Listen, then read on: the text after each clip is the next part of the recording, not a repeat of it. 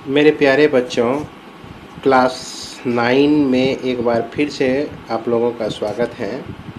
इस चैनल के माध्यम से हम लोग आज जानेंगे कि संख्या रेखा पर वास्तविक संख्या को किस तरह से निरूपित किया जाता है।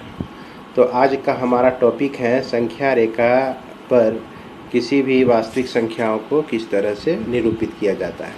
तो वास्तविक संख्या जो होती है, हम देखें कि वह p/q के भी फॉर्म में होता है और दशमलव के रूप में भी होता है। उसका कुछ न कुछ दशमलव प्रसार होता है।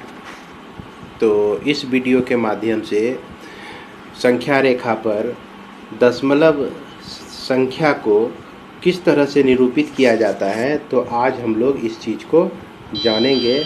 तो इस वीडियो को आप लोग देखते रहें और समझने की कोशिश करें।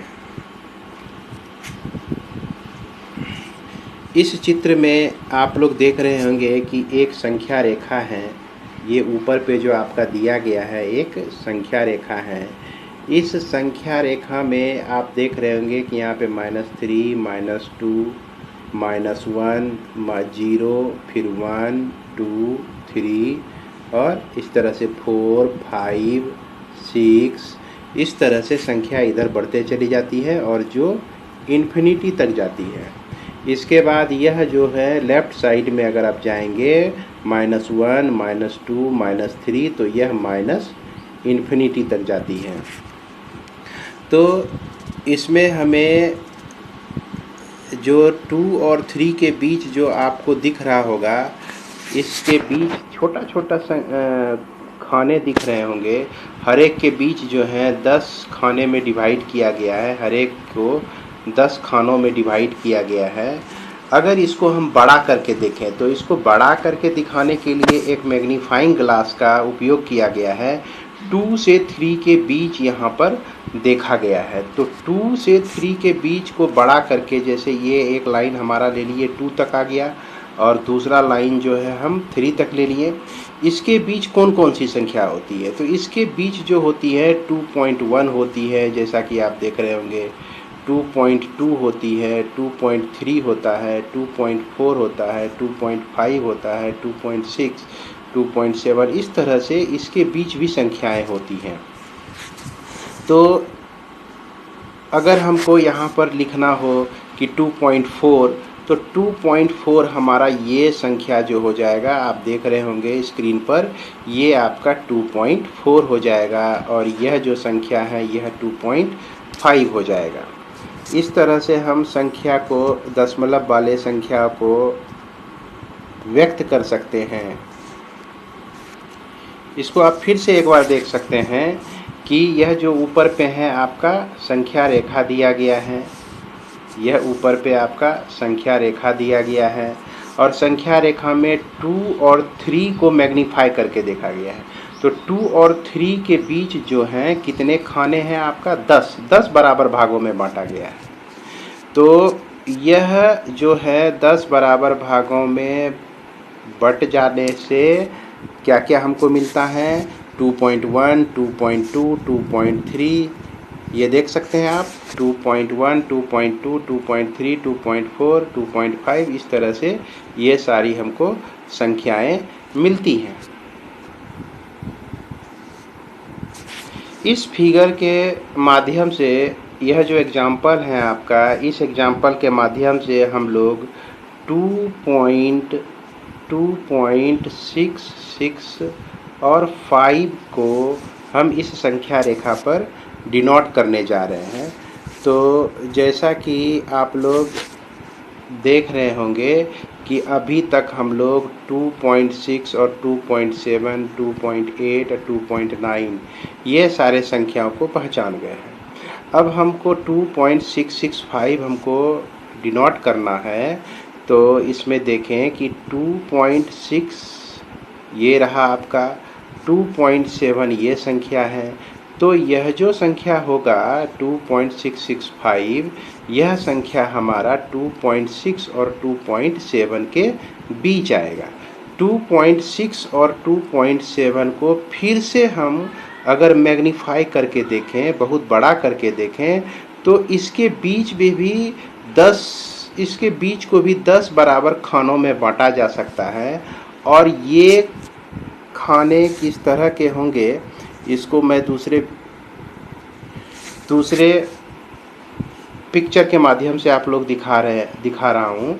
जैसा कि इस फिगर में आप देख सकते हैं कि यह जो है आपका 2.6 और 2.7 के बीच को मैग्नीफाई करके और भी इसको बड़ा करके देखा गया। तो 2.6 और 2.7 देखिए, यहाँ पर नीचे में हम देख सकते हैं फिगर में कि यह 2.6 है और यह 2.7 है।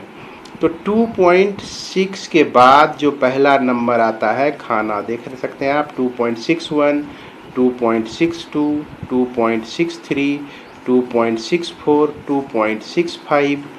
इस तरह से हम इसको और भी कई नंबर लाइन को हम दशमलव के संख्याओं को इस तरह से हम दिखा सकते हैं।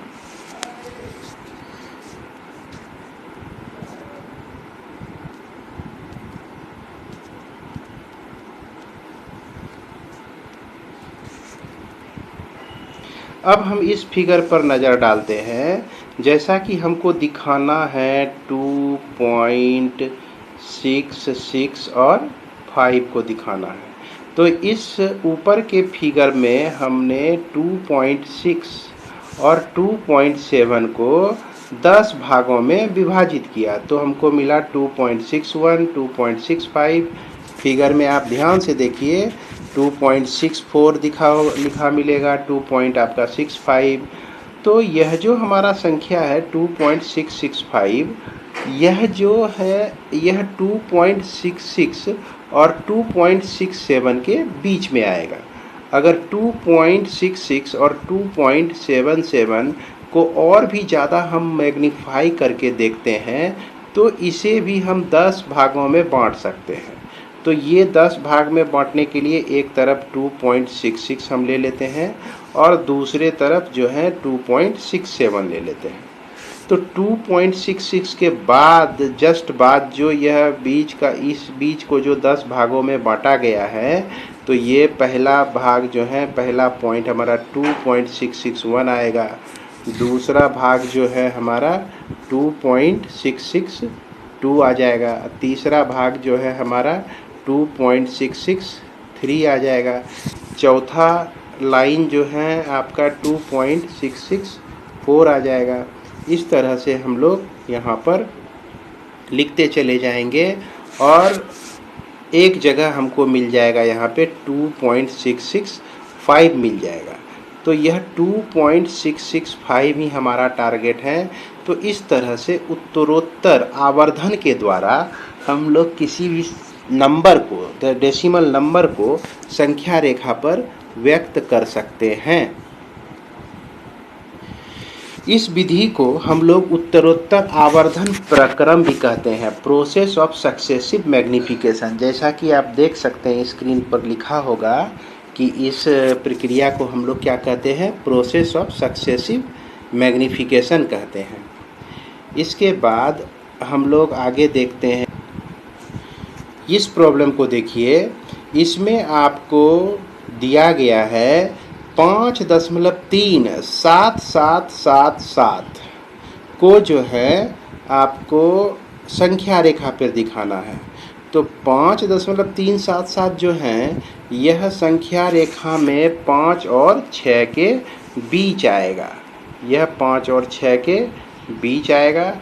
तो 5 और 6 के बीच को हम जो है दो भाग अगर जो मैग्नीफाई करके देखते हैं तो इसके बीच हमको क्या क्या मिलता है, 5.1, 5.2, 5.3, 5.4, 5.5। इस तरह से ये हम इसको 10 भाग में बांट कर लिख सकते हैं। चूँकि हमारा संख्या है 5.3 और 7, तो 5.37 है, तो यह जो संख्या होगी 5.3 और 5.4 के बीच में आएगा। फिर से 5.3 और 5.4 को हम जो है इसको मैग्नीफाई करके देखते हैं।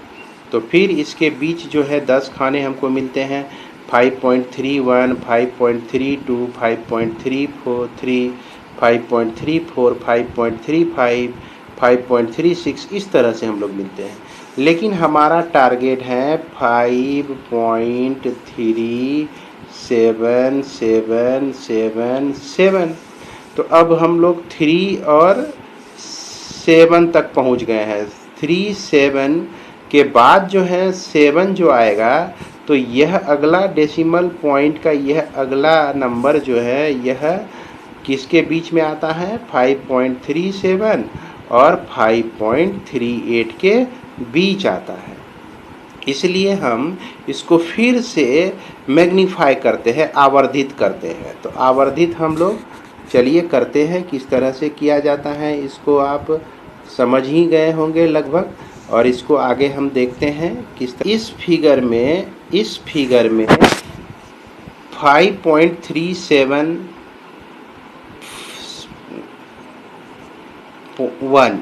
5.372 यानी कि 5.37 को जो है और 5.38 को फिर से 10 भाग में बांट दिया गया है। यह जो है 10 भागों में बांट दिया गया है, और इसमें से हमें जो संख्या चाहिए 5.377, तो यह जो संख्या है 5.377 और 5.378 के बीच आता है। तो इसको हम लोग पुनः आवर्धित कर देते हैं। किसको कर देते हैं, 5.377 को से लेकर 5.378 तक के को बढ़ाकर इसको फिर से 10 भाग में बांट देते हैं। तो पहला जो पार्ट होगा, पहला जो कॉलम हिस्सा होगा वह 5.3771 होगा। फिर दूसरा जो होगा 5.3772, फिर 5.3774, इस तरह से हम लोग इसको लिखते जाएंगे।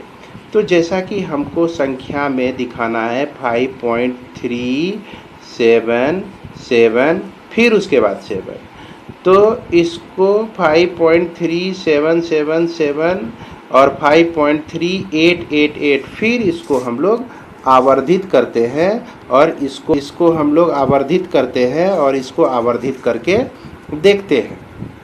तो चलिए हम लोग फिगर को आगे बढ़ाते हैं और देखते हैं। तो लास्ट में जैसा कि हम लोग देख रहे हैं कि यह 5.3771, तो 5.3775 इस तरह से इसको मैग्नीफाई किया गया है, और यहाँ पर आपका 5.3775 हो गया। उसके बाद इस तरह से हम यहाँ पर 5.3777 प्राप्त कर लेते हैं अंत में। तो हम यहाँ पर टारगेट तक पहुँच जाते हैं। इस तरह के जो प्रॉब्लम है इसको आप इस तरह से कुछ न कुछ समझ ही गए होंगे, और अवश्य रूप से एक बार आप लोग किताब को देखें, किताब से भी समझने की कोशिश करें। उम्मीद है कि आपको समझ में आ रहा होगा। इसके बाद हम लोग चलेंगे एक्सरसाइज 1.4 पर। तो 1.4 में ये 2 प्रॉब्लम है। इस दोनों प्रॉब्लम को मैं बोर्ड पर सॉल्व करके आपको दिखाऊंगा, और मुझे उम्मीद है कि आप लोग तब इसे बढ़िया से समझ जाएंगे, और इसके बाद जो है आप प्रैक्टिस ज़रूर कर लेंगे इस पे। 1-2 प्रॉब्लम, जितने एग्जाम्पल के 2 प्रॉब्लम है आपका, और उसके बाद एक्सरसाइज 1.4 जो यह प्रश्नावली है, इसमें भी आपका 2 प्रॉब्लम है। तो इसको जब बना लेते हैं आप, तो उम्मीद है कि इसमें कोई दिक्कत नहीं रह जाएगी। यह बहुत हल्का भी है और बनाने में भी मज़ा आएगा आप लोगों को। तो चलिए अब हम लोग देखते हैं, बोर्ड पर समझने की कोशिश करते हैं। तो आइए हम लोग देखते हैं प्रश्नावली 1.4 का ये प्रॉब्लम।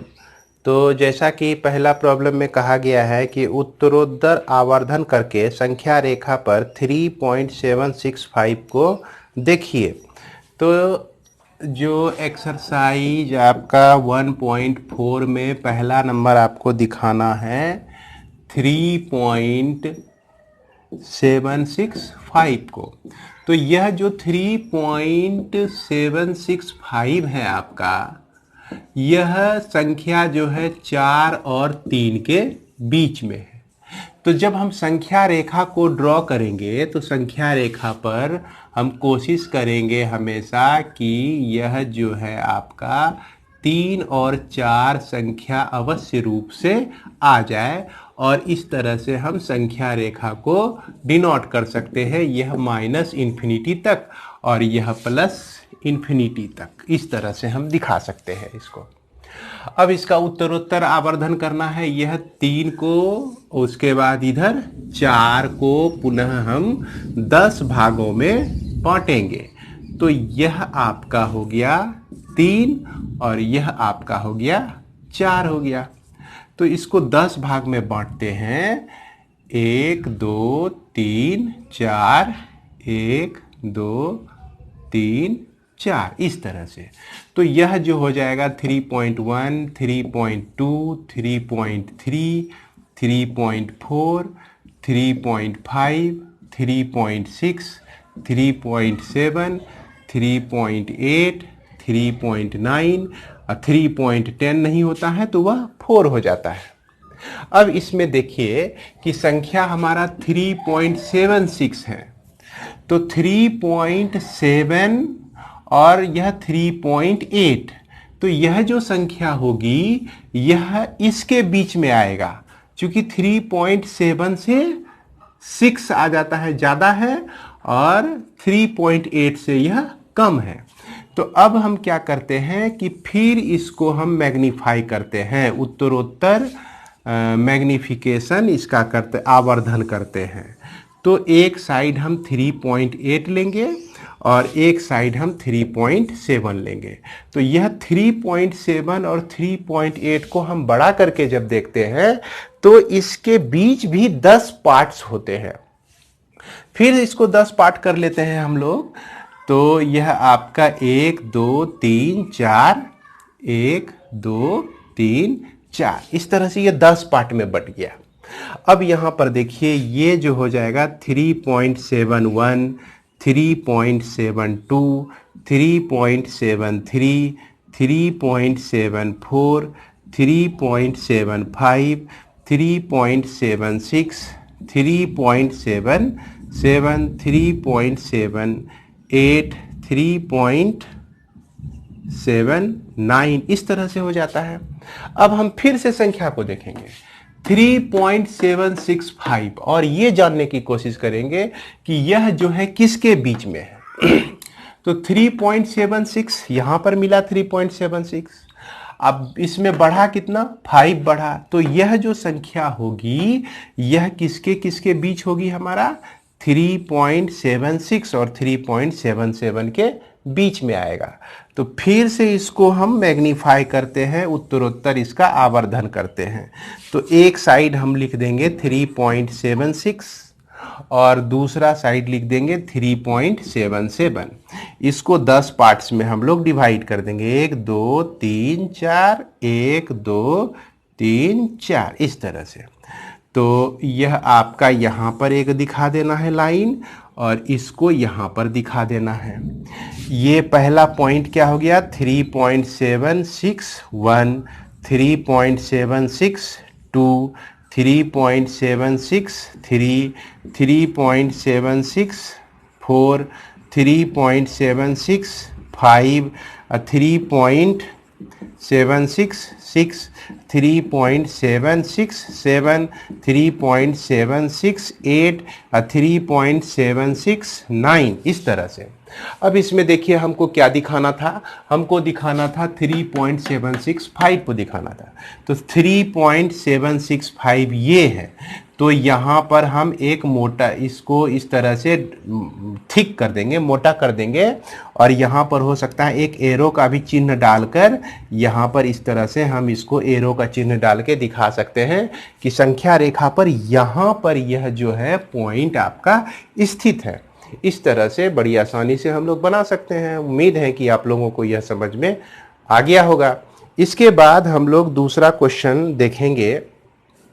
दूसरा क्वेश्चन आपका कह रहा है क्या कि 4 दशमलव स्थानों पर तक 4.2626 को देखिए। तो 4.2626 को देखने के लिए से पहले हम लोग बोर्ड पर लिखे इस चीज़ को अपनी कॉपी में उतार लेंगे। आप लोग यहाँ पर वीडियो को रोक लीजिए और इसके बाद इसको उतार लीजिए। मैं इसको मिटाने जा रहा हूँ, तो इसको मिटा देते हैं हम।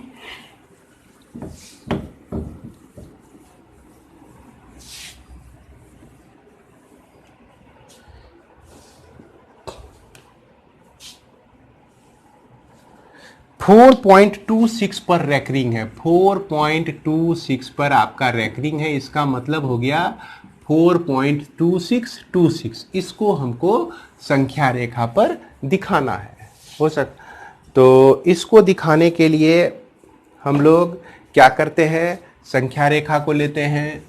ये आपका संख्या रेखा हो गया। यह जो है 4.26 है, तो यह जो है 4 और 5 के बीच में आएगा। उसके बाद 6, उसके बाद 7, उसके बाद 8। इस तरह से यह संख्या रेखा इन्फिनिटी तक चला जाएगा।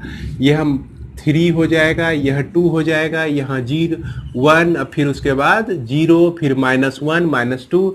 इस तरह से हम लोग लिख के संख्या रेखा ले सकते हैं। अब 4 और 5 को हम मैग्नीफाई करते हैं। तो 4 और 5 को जो है हम कितने भाग में बांटेंगे, 10 भाग में बांटेंगे। एक तरफ 4 हो गया, एक तरफ 5 हो गया। तो पहला हो गया 4.1, दूसरा हो गया 4.2, तीसरा हो गया 4.3। इस तरह से हम लोग लिखते चले जाएंगे। लेकिन 4.26 है, तो यह जो संख्या है 4.2 और 4.3 के बीच में ही है। उसके बाद और भी संख्या को हम लोग लिख देंगे, 4.4, 4.5, इस तरह से हम लोग लिख देंगे। इसके बाद इसको मैग्नीफाई करते हैं। एक तरफ आपका हो गया 4.3, एक तरफ हो गया आपका 4.2। अब इसको आप 10 पार्ट में अगर करते हैं तो यह 4.21 आता है, 4.22, 4.23, 4.24, 4.25, 4.26, यह 4.27, 4.28, 4.29। इस तरह से हम लोग संख्या को दिखा सकते हैं। अब यहाँ पे हम लोग को यह सोचना है कि यह जो संख्या है किसके बीच है। तो 4.26 मिल गया है। उसके बाद हमारा आता है 4.2 आता है। तो यह जो संख्या होगी 4.26 और 4.27 के बीच में होगा। इसीलिए अब इसको हम मैग्नीफाई करके देखते हैं। तो उसी तरह से एक लाइन हम ड्रॉ करेंगे और इस साइड में लिख देंगे 4.27 और यह 4.26 लिख देंगे। उसके बाद इसको 10 पार्ट में डिवाइड कर देंगे। 1 2 3 4, 1 2 3 4, 10 पार्ट में डिवाइड हो गया। तो पहला हो गया आपका कितना, 4.261, 4.262, अब 4.263। तो यह जो संख्या है 4.62 तक हमको मिल गया है। यहाँ पे 4.263, तो यह जो संख्या होगी इसी के बीच में होगी। तो इसको हम फिर से मैग्नीफाई करेंगे। इसका मैग्नीफिकेशन जब हम करेंगे तो हमको यहाँ पर मिल जाएगा इसका मैग्नीफिकेशन। अब बोर्ड में जगह नहीं है, इसके बाद हम लोग नीचे में कर सकते हैं। तो इसको मैं ऊपर पे करके आप लोगों को दिखा रहा हूँ यहाँ मिटा के। तो इसमें भी क्या करेंगे आप लोग कि एक लाइन ड्रॉ कर लेंगे। लाइन ड्रॉ करने के बाद पहली संख्या जो हो जाएगी 4.262 हो जाएगा। फिर उसके बाद 4.263 हो जाएगा यह। तो इसके बाद 4.2621 हो गया, 4.2626, 23 हो जाएगा। इसी में आपको एक जगह पे मिल जाएगा 4.2626 मिल जाएगा, और इसको हम थोड़ा सा मोटा करके यहीं पे दिखा देंगे कि 4.2626 ये संख्या हमको प्राप्त होती है। तो इस तरह से हम संख्या रेखा पर किसी भी दशमलव वाले संख्या को व्यक्त कर सकते हैं। उम्मीद है कि आप लोगों को समझ में आ गया होगा। फिर भी अगर आपको दिक्कत होती है तो फिर से आप कोशिश करें, इस वीडियो को 2 बार 3 बार देखें, उसके बाद भी आपको नहीं समझ में आता है तो आप निश्चित रूप से हमसे व्हाट्सएप माध्यम से जुड़े या फ़ोन पर हमको बताएं कि सर हमको फिर यहाँ इसमें भी दिक्कत हो रही है, तो मैं आपकी समस्या को सॉल्व करने की कोशिश करूंगा। इसी के साथ एक्सरसाइज 1.4 आपका समाप्त होता है। आप लोग घर में रहें, खुश रहें, पढ़ते रहें, मन लगा के पढ़ें। सभी बच्चों के लिए मेरी शुभकामना है कि घर में ठीक तरह से पढ़ें। धन्यवाद।